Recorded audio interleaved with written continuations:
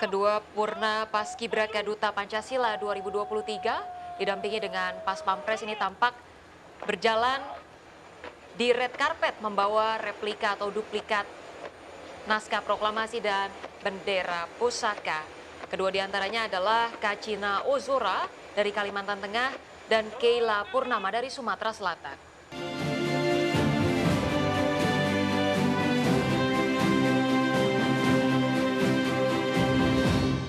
Sudah bergabung dengan saya juga Rosalin. Terima kasih tadi sudah mengabarkan dari Monas. Bagaimana tadi suasana Monas tadi? Terima kasih banyak Rizky. Di sini ada Mas Asep juga ya, selalu semangat mengawal Semangat, kemerdekaan merdeka. kita ya, HUT RI ke-79. Suasananya seru sekali ya, Seru tadi ya? di Monas antusiasmenya tadi di titik-titik yang sudah dilaporkan juga ya, di Patung Kuda, Bundaran HI.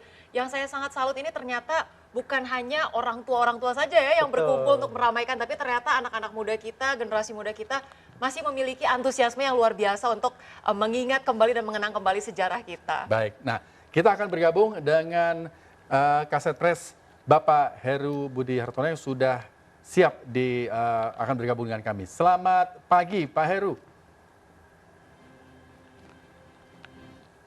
Ya. Selamat pagi, Mas. Selamat pagi Pak Heru. Pagi Pak Heru. Pagi. Pak Heru, ini kan Ya. acara sangat meriah sekali nih. Betul. Banyak masyarakat yang antusias untuk menyaksikan langsung tadi baik di Monas, di Patung Kuda, kemudian di Bundaran HI dan di beberapa tempat yang lainnya gitu. Nah Pak Heru, pertanyaannya adalah apakah acara seperti ini nantinya di tahun-tahun berikutnya akan sama begitu? Ya, tentunya harapan kami, saya sekarang di kendaraan rangkaian bersama Sekretaris Militer, bersama Kaskartap. Tentunya ini menjadi protap, mudah-mudahan untuk tahun-tahun berikutnya. Memang 10 tahun ke belakang, ini kirap ini sudah dilakukan, mulai dari Monas sampai dengan Istana, yang tentunya jaraknya kurang lebih 1,5 kilo. Nah ini kirap ini karena tanggal 17 Agustus 2024 tata upacara militer berada di ibu kota IKN, maka rangkaian ini lebih panjang sampai dengan ke IKN ibu kota negara yang tentunya nanti akan dilaksanakan tanggal 17. Kira-kira gitu Mas, jadi 10 tahun yang lalu sampai hari ini itu kirap sudah ada.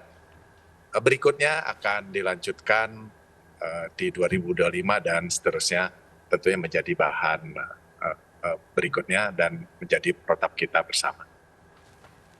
Baik, terima kasih Pak Heru Budi sudah bergabung dengan kami. Terima kasih. Semoga semuanya dilancarkan perjalanannya Pak Heru. Amin, sampai amin. kemudian tanggal 17 kita bisa melihat secara langsung bagaimana proses Hari Ulang Tahun Kemerdekaan Republik Indonesia pertama kalinya akan digelar di Ibu Kota Nusantara. Terima kasih Pak Heru, selamat pagi. Terima kasih, sama-sama, sehat selalu. Ya, dan pemirsa itu tadi wawancara kami dengan Kasat Pres Bapak Heru Budi Hartono, dan memang ini akan menjadi pertimbangan ya, setiap tahun akan seperti ini. Ini menarik sekali ya. Ini menciptakan sejarah seperti yang tadi disampaikan oleh Kang Asep begitu ya. Dan kita lihat nih di layar kaca Anda pemirsa bagaimana kendaraan yang mengawal bendera pusaka dan juga teks proklamasi. Sudah digatsu kelihatannya ini. Iya, Gatot sudah masuk Subroto ya. Gatot Subroto begitu ya. Dan memang ada tadi sejumlah buka tutup jalan begitu ya yang diberlakukan oleh karena adanya arak-arakan ini. Tadi ketika arus lalu lintas dari Harmoni menuju Bundaran Patung Kuda dialihkan dan sudah tiba di Patung Kuda, kini arus lalu lintas di Tamrin ini tampaknya sudah kembali mulai lancar ya. Dan kemudian juga ketika rangkaian tadi sudah tiba melalui Bundaran HI, arus lalu lintas di Bundaran Patung Kuda kini sudah mulai kembali dinormalkan. Nantinya ketika sudah tiba di Tol Halim Baru, arak-arakan ini, maka lalu lintas di Jalan Gatot Subroto juga akan turut kembali dinormalkan. Baik. Dan bicara soal ibu kota, ini kan juga menjadi perbincangan hangat ya di publik ya, di masyarakat begitu ya. Jakarta dan kemudian nanti akan berpindah di ibu kota Nusantara, IKN di Kalimantan begitu. Nah sejarah soal ibu kota nih, Kang Asep. Siap. Kalau bicara sejarah kan memang beberapa kali kita pindah ibu kota ya, di dalam sejarah dulu ya, karena situasi yang mendesak. Nah kalau untuk pemilihan Jakarta, sejarahnya itu gimana? Ya, tahun 46 memang dari 45 yang awalnya Jakarta ditetapkan sebagai ibu kota daripada Republik yang baru didirikan, tahun 46 dipindahkan ke Jogja karena agresi militer dan Jakarta dikuasai Belanda. Nah, tapi by the way, Jakarta ini sudah menjadi ibu kota dari berbagai bangsa di masa lalu. Zaman Tarumanegara, walaupun ibu kotanya di Pakuan, tapi Jakarta sebagai pelabuhannya. Ya, zaman Pajajaran, Sunda Pajajaran juga pelabuhan Kalapa, yang Sunda Kalapa itu juga ibu kota dan wilayah bandar termegahnya saat itu. Sampai kemudian Jayakarta. Ya, Jayakarta juga yang sekarang kita peringati 1527 itu juga dari Jayakarta. Kemudian Fatahillah, kemudian nanti masuk Belanda di 1619. Nah, memilih kota Batavia, mendirikan kota Batavia sebagai ibu kota VOC se-Asia. Se-Asia waktu itu. Jadi Jepang pusatnya di sini karena VOC juga menguasai Jepang dan seterusnya. Nah, jadi karena di Jakarta ini tahan daripada gempa. Jarang sekali gempa di Jakarta dari dulu dan ombaknya tidak besar. Jadi paling aman. Nah, kelemahannya adalah banjir dari zaman Belanda. Maka Jakarta oleh Simon Stevin didesain itu seperti Venesia di Italia. Dia dibikin, Simon Stevin ini ahli matematika, dia berhitung harus dibangun kanal. Jadi digali itu kanal yang digali, bikin kali dia bangun. Wah, nah sama Dendros diuruk karena kotanya penuh dengan penyakit. Jadi 1619 dibangun, kalinya digali gitu ya, kanal-kanal dibuat. Kemudian abad ke 1811 Dendros menguburnya. Baik. Nah, jadi ibu kota itu sebenarnya pernah pindah itu direncanakan ke Bandung di zaman Belanda. Makanya di Bandung itu ada pusat militer di Cimahi, dulu Kabupaten Bandung Cimahi itu. Kemudian ada gedung sate. Nah, itu gedung PUPR-nya zaman Belanda. Zaman Belanda dulu. Dan itu mau pindah ke sana. Nah, akhirnya nggak jadi karena depresi ekonomi Perang Dunia Kedua. Gitu. Dan Belanda keburu kalah. Baik. Nah, gitu. kita lanjutkan lagi nanti bicara soal sejarah. Kita akan bergabung dengan rekan kami yang sudah ada, Reza, yang siap melaporkan bagaimana situasi di sana. Reza. Baik, selamat siang Rizky. Jadi kalau tadi bendera pusaka dan juga teks proklamasi sudah lewat, tapi tidak mengurangi kemeriahan yang ada di sini.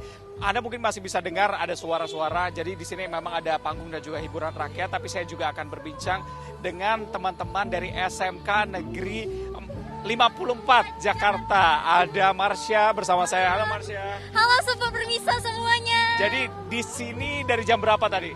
Dari jam 7 pagi. Dari jam 7 udah semangat di sini gitu ya. Sebenarnya apa yang mau dilihat sih pagi ini, datang-datang pagi ke sini? Oke, kami mau langsung menyaksikan nih kirap pusaka bendera merah putih. Nah, ini kan memang hal atau kejadian luar biasa, kita bisa jadi saksi sejarah begitu ya. Selain melihat tadi bendera pusaka dan juga teks proklamasi sudah lewat, tapi masih ada di sini. Nungguin apa sih sebenarnya? Nungguin tadi lewat, itu seru banget ternyata. Cantik-cantik juga kakaknya. Nah, ini mau nonton hiburan-hiburan nggak? Karena hiburan kan masih ada nih, kabarnya sampai siang gitu ya. Panggung-panggung Betawi, ada gambang kromong dan segala macam. Masih mau lihat di sini? Iya, masih. Oke. Terus ini tahun ini Indonesia merdeka ke 79 tahun, ada harapan tersendiri nggak sih?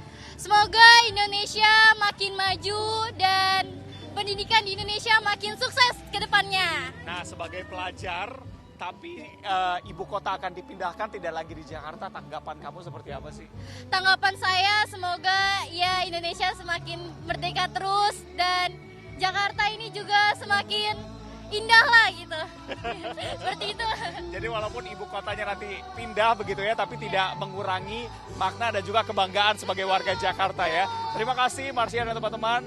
Tetap semangat. Rizky, sejauh ini memang kemeriahan dari Bundaran HI masih akan terus ada di sini karena hiburan rakyat masih akan dilaksanakan sampai dengan siang hari nanti. Rizky.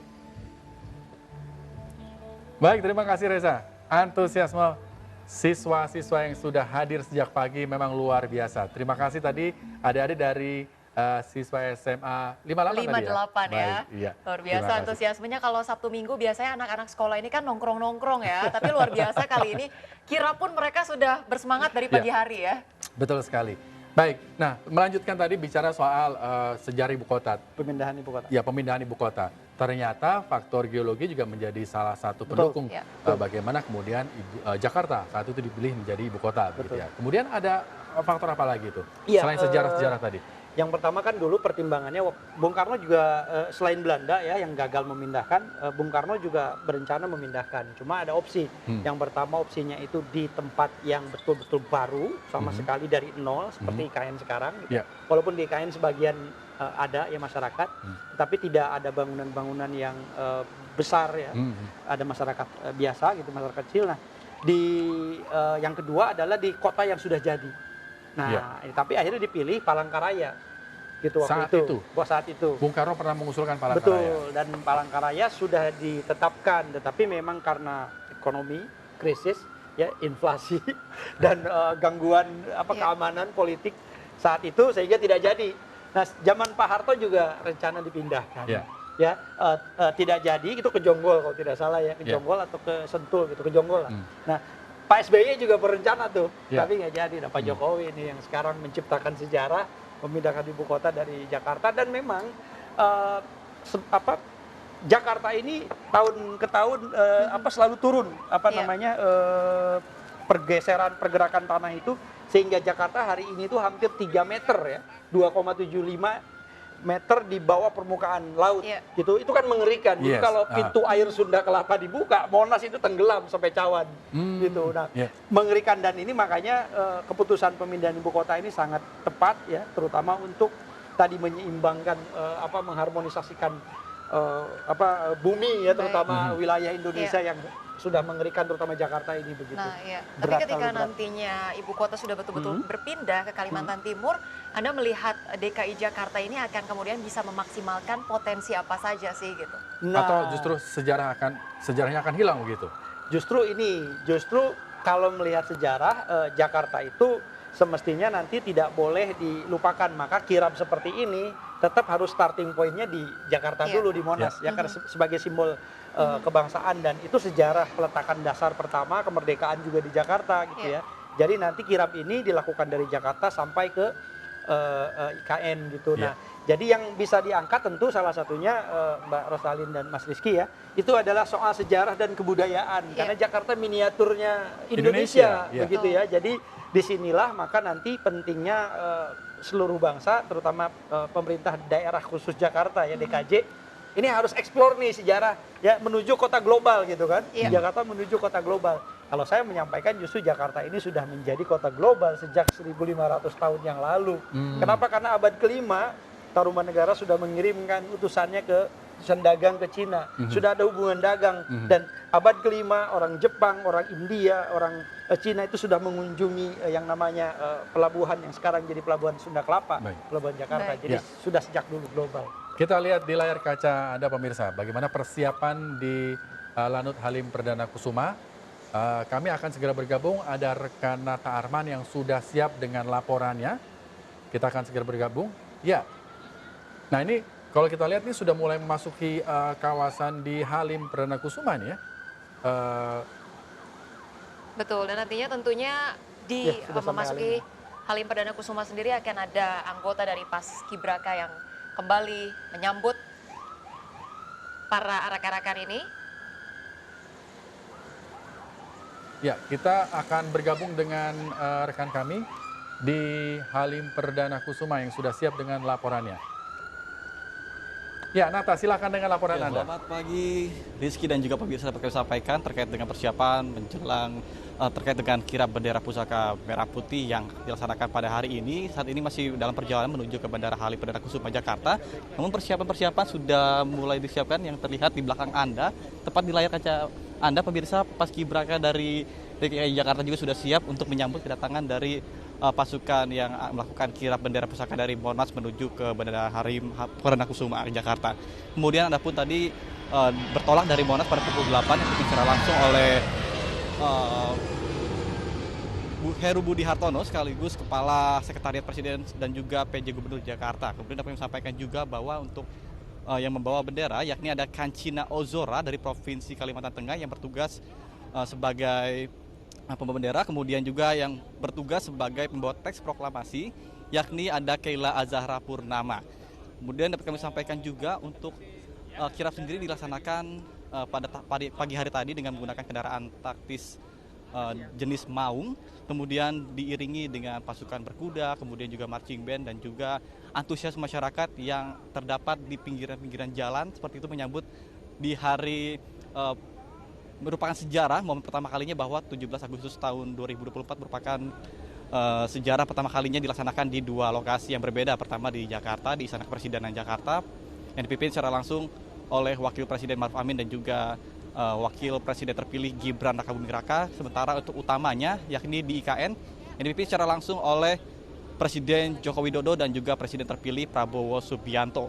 Kemudian dapat kami sampaikan untuk jenis pesawat yang digunakan untuk penerbangan pada hari ini yakni jenis pesawat Boeing 737-400 dengan nomor registrasi penerbangan yakni A7305. Kemudian untuk kru yang bertugas dari organik TNI AU sendiri ini terdapat 10 orang yang dipimpin secara langsung oleh Mayor Penerbang Kresna Hendra dari Skadron 17 Halim Perdana Kusuma. Kemudian nantinya akan membawa sebanyak 85 orang yang terdiri dari anggota Paskibra, kemudian juga dari Pas Pampres, dari Sekretariat Kepresidenan dan juga awak media. Terdapat 2 awak media yang ikut serta dalam prosesi penggiringan atau keberangkatan dari Bandara Halim Perdana Kusuma menuju ke IKN. Selanjutnya nanti akan diterima serah terima di Bandara Internasional Sultan Haji Muhammad Sulaiman dan juga akan disambut juga oleh Purna Paskibraka tahun 2023 yang bertugas membawa bendera merah putih. Nanti ada Naila Aulita Al-Kubro Sinapi dari Provinsi Banten, kemudian yang bertugas sebagai pembawa teks proklamasi nanti akan diserahkan kepada Lili Wenda dari Provinsi Papua Pegunungan. Kemudian untuk nantinya persiapan menuju ke 17 Agustus nantinya bendera pusaka pun akan disimpan di tempat yang sangat sakral di IKN untuk nantinya persiapan upacara bendera 17 Agustus tahun 2024 mendatang. Sementara demikian saya kembalikan pada Anda di studio. Rizky. Baik, terima kasih Nata laporan Anda. Dan ini adalah bagaimana persiapan di Lanut Halim Perdana Kusuma. Ya. Baik, kita kembali ke Kang Asep ya. Kang Asep nih berhubung Halim Perdana Kusuma ini menjadi bandara yang menjadi tujuan gitu untuk penerbangan bendera pusaka dan juga naskah proklamasi kita menuju Bandara Sepinggan di IKN ya, ataupun di Balikpapan maksud kami. Nah, untuk sejarah dari Halim Perdana Kusuma, sebetulnya siapa sosok Halim Perdana Kusuma dan apa yang perlu kita ketahui nih Kang? Ya, Halim Perdana Kusuma ini anak muda yang menurut saya sangat pemberani ya. Beliau gugur dalam tugas, jadi pesawatnya ditembak musuh dan beliau gugur saat beliau membawa persenjataan gitu ya, membawa persenjataan, dan itu yang justru bagi saya sangat perjuangan beliau ini sangat cepat gitu ya, karena beliau gugur dalam tugas dan diabadikan namanya menjadi nama bandara, dan ini sangat tepat karena bandara pertama kita di Kemayoran gitu ya. Kemayoran. Kemudian bandara kedua yang kita bangun adalah di Halim Perdana Kusuma, dan yang ketiga adalah Soekarno-Hatta. Nah, Halim Perdana Kusuma sendiri menjadi simbol kedirgantaraan Indonesia, maka di sana ada patung yang kita nyebutnya patung pancoran. Sebenarnya itu patung dirgantara. Itu patung dirgantara. Itu melambangkan penerbangan Indonesia dan itu menunjukkan arah Kemayoran. Ya. Jadi di sana bendera pertama gitu ya, lapangan bandara pertama gitu ya. Oh, jadi makna patung pancoran itu memang menunjuknya ke Menuju Kemayoran. ke arah Kemayoran. Gitu ya. Dan itu di depan Wisma Aldiron tentara AU dulu di situ markasnya. Gitu, jadi menunjuk ke arah Kemayoran, dan Halim Perdana Kusuma saat ini dikhususkan untuk militer dan untuk kenegaraan. Jadi sudah tepat, dan nama Halim diabadikan di sana semestinya harus juga digali sejarahnya nih. Jangan hanya sekedar jadi perjuangan beliau yang begitu cepat itu beliau sangat layak menurut saya sih. Iya. Berarti Halim Perdana Kusuma ini adalah salah satu pahlawan muda begitu muda, yang kemudian gugur di medan tempur gitu. Lahir tahun 22, meninggal tahun 47. Iya, jadi masih 20 tahun ya. 20 tahun. Iya. Ya, kita lihat ini di layar kaca Anda pemirsa, ini adalah bagaimana kemeriahan untuk menuju ke Lanut Halim Perdana Kusuma. Masyarakat berbaris di pinggir jalan gitu ya. Tadi sempat kami melihat ada ondel-ondel, kemudian ibu-ibu yang membawa bendera gitu. Iya, di sini kita saksikan bersama iring-iringan tampak ada polisi militer yang mengawal mobil maung. Terdapat 30 polisi militer yang tersebar dalam kendaraan bermotor dan juga kendaraan mobil. Ya, agak susah juga nih iring-iringan untuk bisa berjalan karena antusias warganya cukup luar biasa ya. Betul. Anak-anak sekolah kemudian dikerahkan begitu. Warganya juga tampak ingin menjadi gordon ya tampaknya atau menjadi pagar bagus begitu untuk mengawal iring-iringan. Nanti kita juga melihat bagaimana kemeriahan penyambutan bendera pusaka dan teks proklamasi ketika landing di Bandara Sepinggan di Kalimantan gitu ya. Nah, sebenarnya di untuk Balikpapan. Bandara Sepinggan sendiri ini kan nama lengkapnya adalah Bandara Sultan Haji Muhammad Sulaiman Sepinggan ya. Ada sejarah tersendiri nggak nih Mas? Sultan apa tadi Muhammad? Bandaranya Sultan Haji Muhammad Sulaiman Sepinggan. Ya, jadi beliau adalah penguasa atau raja dari kawasan itu dan beliau berjuang untuk berdirinya wilayah itu dan berjuang kontribusinya juga untuk kemerdekaan Indonesia. Jadi dua hal ya. Kadang-kadang pemilihan nama daripada bandara itu biasanya karena kontribusi pada wilayah. Jadi seperti di Kalimantan Timur kalau nggak salah itu ada Kalimantan Tengah itu ada Cilikriwut ya. Betul. Itu adalah gubernur pertama yang ditugaskan oleh Bung Karno yang tadinya memimpin kota Palangkaraya gitu ya. Seperti itu. Jadi memang biasanya orang pertama dijadikan nama bandara di setiap wilayah itu. Jadi Menarik, tokoh ini informasi. awal biasanya. Informasi menarik ya bagaimana ternyata nama-nama bandaranya diambil dari kontribusi tokoh terhadap wilayah-wilayah Betul. tersebut ya. Nah, tapi ada juga yang menarik yang orang kaget. Juanda ya. Iya. Juanda. Nama Betul. bandara di Surabaya, atau itu berarti Sidoarjo gitu pahlawan ya. dari Surabaya, Iya. padahal dia dari Tasikmalaya. Iya, nah itu tapi bisa juga ya terjadi. Itu sejarahnya karena Juanda lah yang memperjuangkan berdirinya bandara itu, gitu. baik. Padahal dia pahlawan dari Jawa Barat gitu. Baik. Jadi kalau kita lihat di layar kaca Anda pemirsa ya, ini bagaimana lihat nih, bagaimana antusiasme masyarakat menuju hal ini semakin banyak nih, semakin ramai begitu ya. Dan ini menjadi momen pertama kali di mana teks proklamasi dan bendera pusaka dibawa keluar Jakarta untuk menuju ke IKN gitu. Iya, memang dari perkiraan sebelumnya dari Pemprov DKI Jakarta memang memperkirakan setidaknya ada 3.000 masyarakat yang turut serta untuk mengikuti ataupun meramaikan arak-arakan dari kirap bendera pusaka dan naskah proklamasi menuju Bandara Halim Perdana Kusuma. Semakin ramai ya, semakin mendekati Lanut Halim Perdana Kusuma, masyarakat semakin ramai, jumlahnya semakin banyak begitu ya, dengan baju yang terlihat warnanya mendominasi merah ya, merah dan putih ini.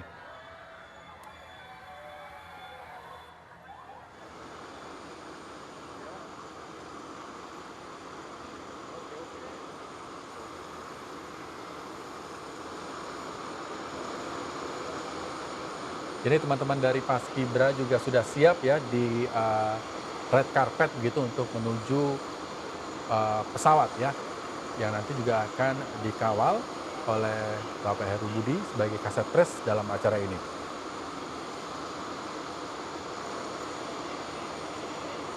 Yang namanya Rantis Maung juga sudah mulai masuk ke Lanut Halim Perdana Kusuma.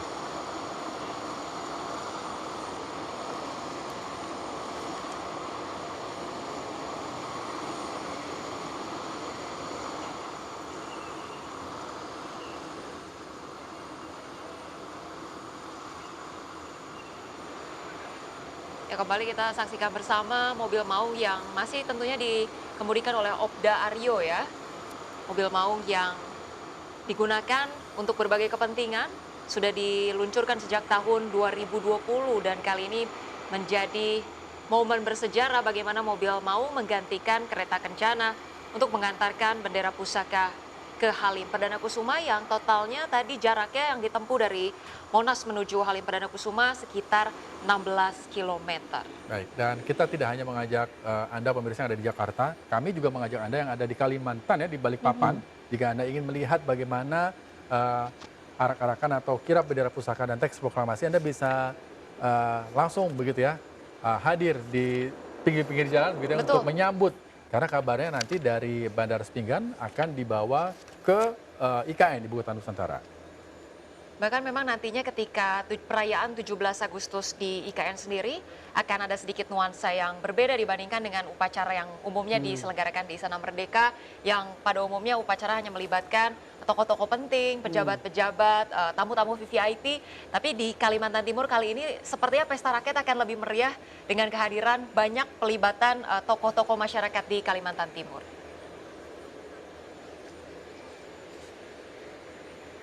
Peringatan 17 Agustus menggunakan pakaian adat ini memang cukup menarik idenya ya Kang Asep ya. Karena memang dengan menggunakan pakaian adat itu seperti merimain lagi gitu ya. Kita bangsa Indonesia dengan beragam budaya, beragam budaya dan juga baju adat Nusantaranya begitu.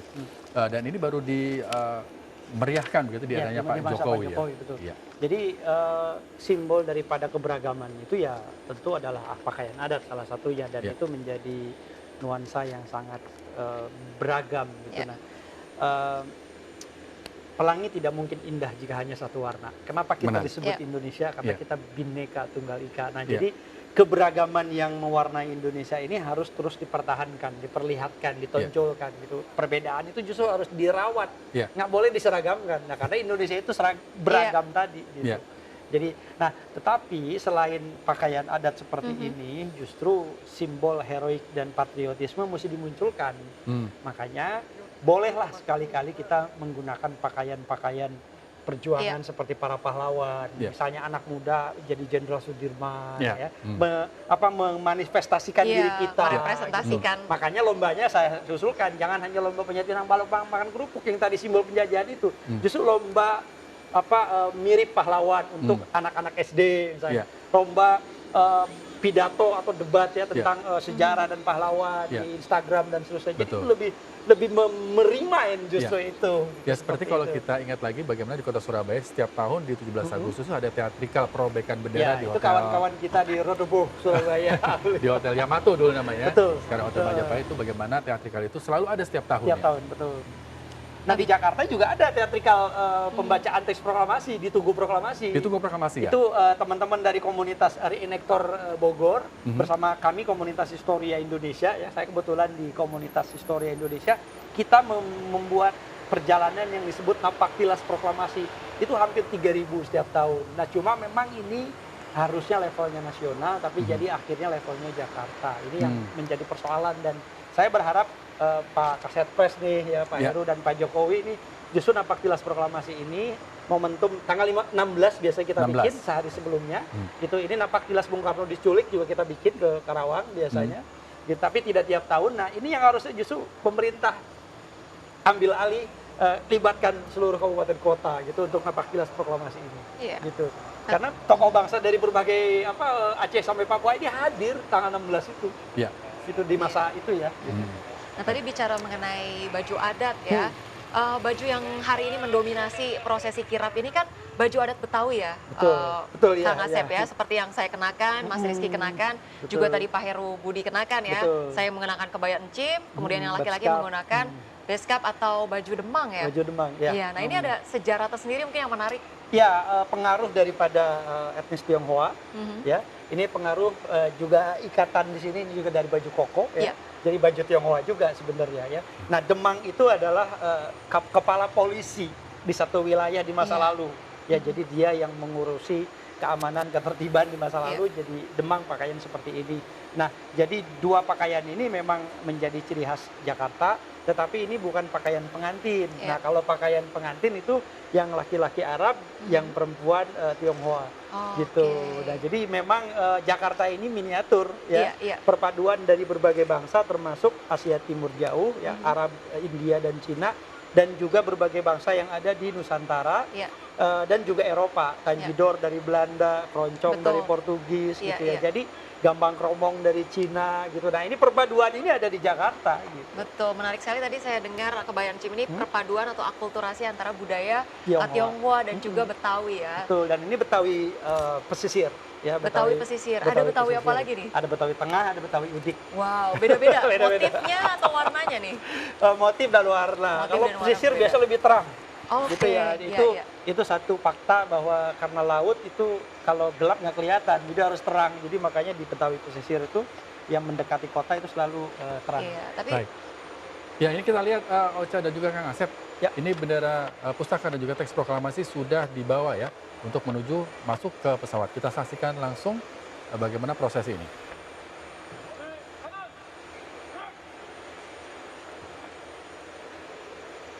kedua Purna Paskibraka Duta Pancasila 2023 didampingi dengan Pas Pampres ini tampak berjalan di red carpet membawa replika atau duplikat naskah proklamasi dan bendera pusaka. Kedua diantaranya adalah Kacina Ozora dari Kalimantan Tengah dan Keila Purnama dari Sumatera Selatan.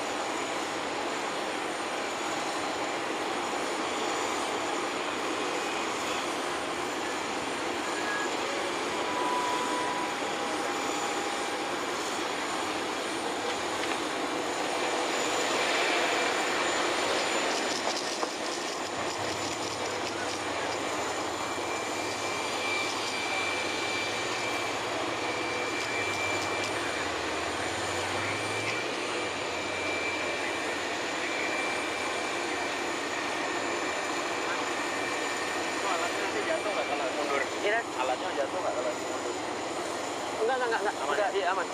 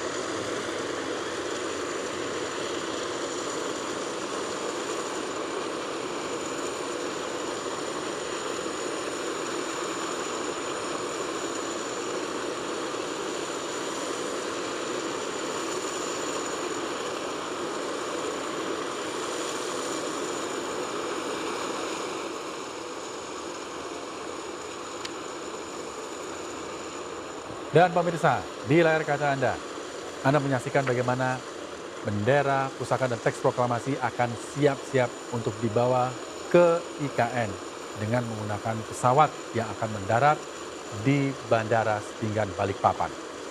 Iya, tepatnya dari Halim Perdana Kusuma, nantinya bendera dan juga naskah proklamasi akan tiba di Bandara Sultan Haji Muhammad Sulaiman Sepinggan di Balikpapan dan nantinya akan dilanjutkan ke IKN dengan jarak sekitar 70 hingga 100 km dari Bandara Sepinggan menuju ibu kota Nusantara. Ya, dan pemirsa, bendera duplikat, bendera pusaka maupun teks proklamasi ini baru pertama kali dibawa meninggalkan Jakarta yang nantinya akan disimpan dalam sebuah ruang khusus di Istana Negara IKN. Dan di IKN sudah memiliki satu ruang bendera pusaka untuk menyimpan duplikat bendera pusaka dan teks naskah proklamasi. Nantinya bendera akan dikibarkan dalam upacara detik-detik proklamasi pada 17 Agustus 2024 di IKN. Dan kami sekali lagi mengajak Anda, pemirsa yang berada di Balikpapan, untuk menyaksikan secara langsung bagaimana nanti bendera pusaka dan juga teks proklamasi akan dibawa ke IKN. Seperti halnya yang juga dihimbau oleh Presiden Joko Widodo, mengundang dengan sangat agar masyarakat Kalimantan Timur ini bisa bersama-sama berantusias gitu ya untuk menyambut perjalanan kirap bendera pusaka, dan nantinya diharapkan juga mungkin setiap masyarakat seharusnya bisa ini ya mengibarkan bendera di rumahnya masing-masing, di institusi pendidikan, di gedung, di kantor, dan setiap satuan yang ada untuk kemudian kembali menyemarakan berpindahnya ibu kota kita ke IKN. Ya, Ocha sudah mengibarkan bendera di rumah? Oh, tentu sudah ya. Saya sudah sejak tadi tanggal Agustus. Agustus. 1 Agustus ya. Iya. Baik, dan memang warna merah putih sudah mulai mendominasi ya di berbagai sudut di daerah di Indonesia begitu ya. Warna-warni merah putih, umbul-umbul begitu ya. Kemudian kalau malam hari itu warna-warni lampu sudah mulai gemerlapan. Ini semuanya demi untuk memeriahkan kemerdekaan Republik Indonesia ke-79. Iya, berbicara mengenai bendera merah putih, merah itu artinya berani dan putih ini artinya kesucian, di mana memang bendera yang dikibarkan sejak tahun 1969 ini memang bendera duplikat dari bendera yang dijahit langsung oleh Ibu Fatmawati Soekarno Putri, karena memang pengibaran bendera menggunakan bendera asli yang dijahit oleh Ibu Fatmawati itu terakhir dikibarkan tahun 1968 karena kondisinya yang memang perlu pelestarian ataupun konservasi. Ya, baik. Dan tadi kita mendapat banyak sekali wawasan baru dari Kang Asep, dari seorang sejarawan muda, dan memang kita sebagai generasi penerus gitu ya, anak-anak muda harus kembali menggali lagi sejarah. Betul. Supaya kita bisa meningkatkan atau menebalkan rasa kecintaan terhadap bangsa ini, bagaimana dulu para pejuang gitu yang merebut dan mempertahankan kemerdekaan. Iya, menarik juga tadi disampaikan bahwa lomba 17 Agustus yang seringkali identik dengan makan kerupuk, mungkin lomba balap karung, seharusnya mungkin bisa ditambahkan inisiatif-inisiatif terbaru ya, bagaimana kemudian bisa mendesain kostum ataupun fashion show ya yang menyerupai pahlawan-pahlawan kebanggaan tanah air. Yeah.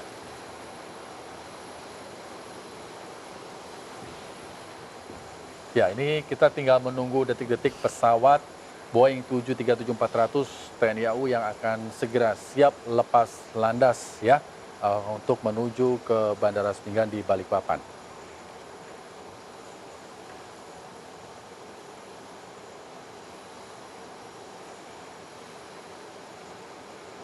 Ya, memang pemirsa, jika Anda juga bertanya-tanya begitu ya, nanti suatu hari Anda ingin berkunjung ke ibu kota Nusantara di Kalimantan Timur, seperti halnya yang dilakukan saat ini penerbangan kalau dari arah Jakarta bisa melakukan penerbangan menuju Bandara Sepinggan di Balikpapan, Kalimantan Timur. Nah, tapi juga sebetulnya bisa juga dengan penerbangan menuju Bandara Samarinda. Ya. Walaupun memang disarankan penerbangan dilakukan ke Balikpapan karena memang lebih praktis dan juga fasilitas transportasi di Balikpapan ini lebih memadai. Nah, pemirsa, berbicara mengenai nantinya ketika bendera pusaka dan naskah proklamasi telah tiba di Bandara Sepinggan, nantinya akan dilakukan perjalanan jalur darat dari Tol Balikpapan Samarinda masuk ke titik 0 IKN dan jalan provinsi hingga tiba di IKN. Ya, kita melihat pesawat Boeing 737-400 sudah mulai bergerak ya, akan segera lepas landas untuk menuju Bandara Sepinggan di Balikpapan. Dan ini adalah momen yang bersejarah pertama kali teks proklamasi dan bendera pusaka dibawa keluar ke Jakarta. Dan nantinya di tanggal 17 Agustus 2024 ini juga akan menjadi sejarah di mana upacara peringatan Hari Ulang Tahun Kemerdekaan pertama kali digelar, dimeriahkan di luar Jakarta. Betul, dan nantinya untuk pengibaran bendera di tanggal 17 Agustus ini akan dilakukan oleh pasukan pengibar bendera pusaka di tahun 2024 ya, yang nanti pada tanggal 13 Agustus mendatang, Presiden Joko Widodo akan mengukuhkan 76 pasukan pengibar bendera pusaka tahun 2024 yang berasal dari 38 provinsi.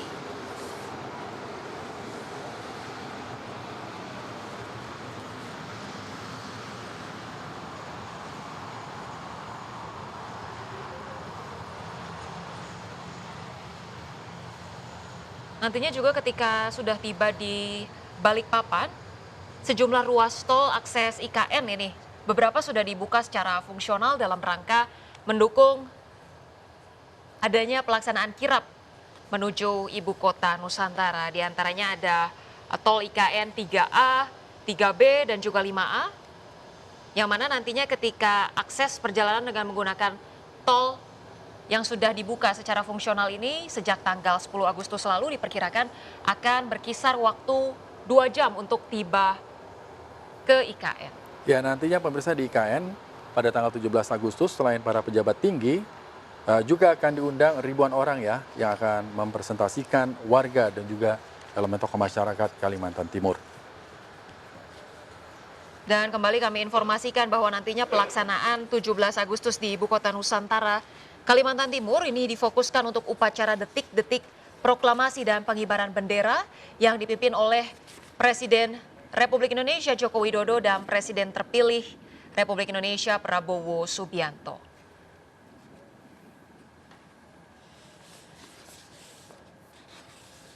Perayaan di IKN nantinya akan dilakukan di lokasi yang baru pemirsa, yaitu di Istana IKN yang dirancang dengan arsitektur baru yang merefleksikan burung Garuda, dan oleh karenanya juga kita sebut dengan Istana Garuda.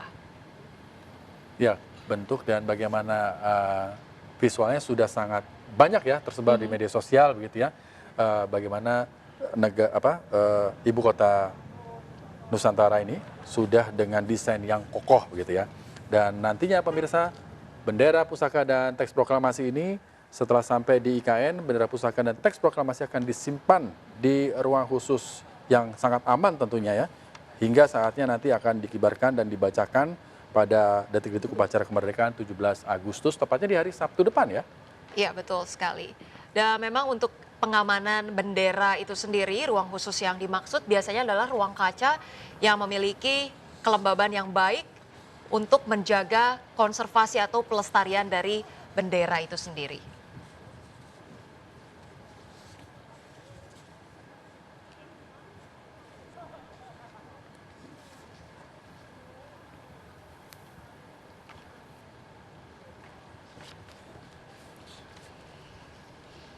Dan pemirsa, kami akan segera bergabung dengan rekan Nata Arman yang sudah siap dengan laporannya langsung dari Lanut Halim Perdana Kusuma.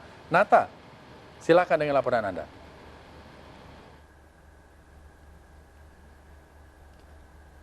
Baik, selamat siang Rizky, Oce dan juga pemirsa. Baru saja kita tadi saksikan secara bersama-sama bahwa pesawat Boeing 737-400 dengan nomor registrasi penerbangan Alpha 7305 baru saja melakukan taxi atau persiapan take off pada pukul 9:45 waktu Indonesia Barat menuju ke Balikpapan atau Bandara Internasional Sultan Haji Muhammad Sulaiman Sepinggan untuk nantinya akan dilanjutkan pembawaan bendera merah putih menuju ke IKN. Kemudian untuk saat ini tampak sudah sepi dari aktivitas, hanya saja ada awak media beberapa yang masih standby untuk menunggu terkait dengan take off dari pesawat tersebut yang tadi sempat melakukan taxi sekitar pukul 9:47 waktu Indonesia Barat.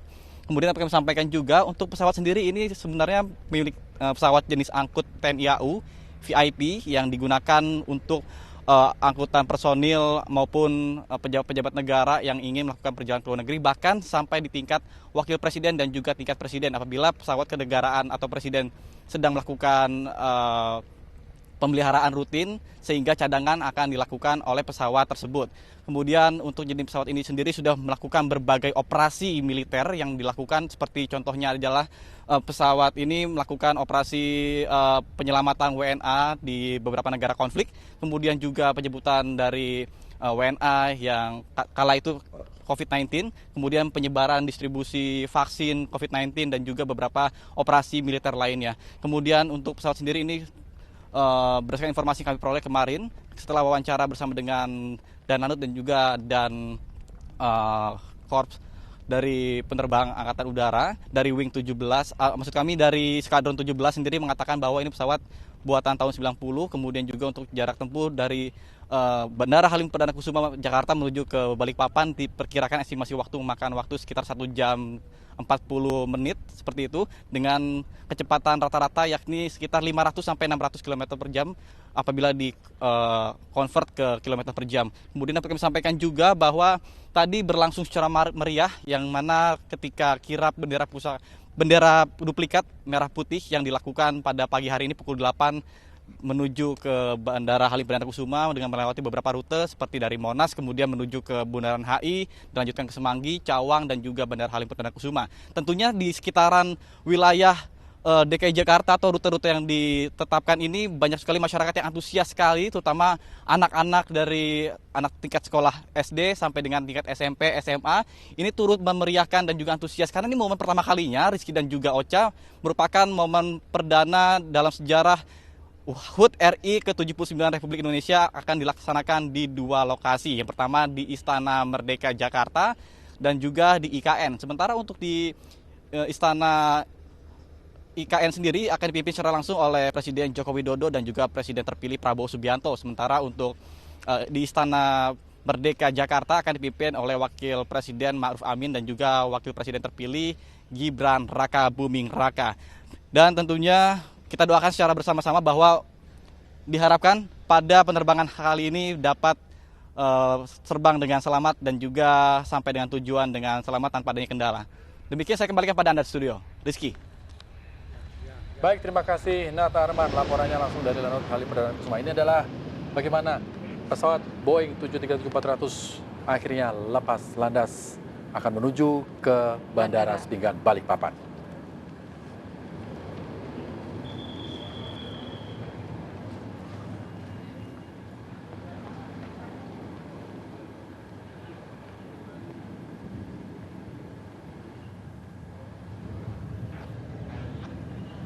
Cana 05, contact 12375.